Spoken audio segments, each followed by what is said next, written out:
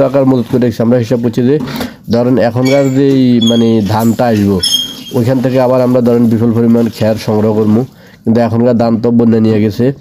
এখনকার পরে যে ধানটা লাগাইবো ওই ধানও মানুষের যে জমিনে বীজ বুনছে ধান লাগানোর জন্য ওই বীজটাও মনে করেন মানে ফানিয়ে তলা গেছে। ধরেন দীর্ঘ 1 মাসের উপরে ফানি, এখনও ফানি মোটামুটি কমছে।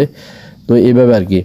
তো ধরেন আগামী সামনে ইরি আসা পর্যন্ত ধরেন মানুষের কোনো মানে খড় আসার কোনো ব্যবস্থা নেই। তো ধরেন এতদিন পর্যন্ত আপনি গরু কীভাবে লালন পালন করবেন? এই কারণে আমি সাজেস্ট করতেছি যে ধরেন 1 কেজি খ্যার 40 টাকা 50 টাকা করে কিনি, আমার পোষাবে না। তা আমি এখন আপাতত গরু বিক্রি করি, আপাতত খামার বন্ধ রাখবো।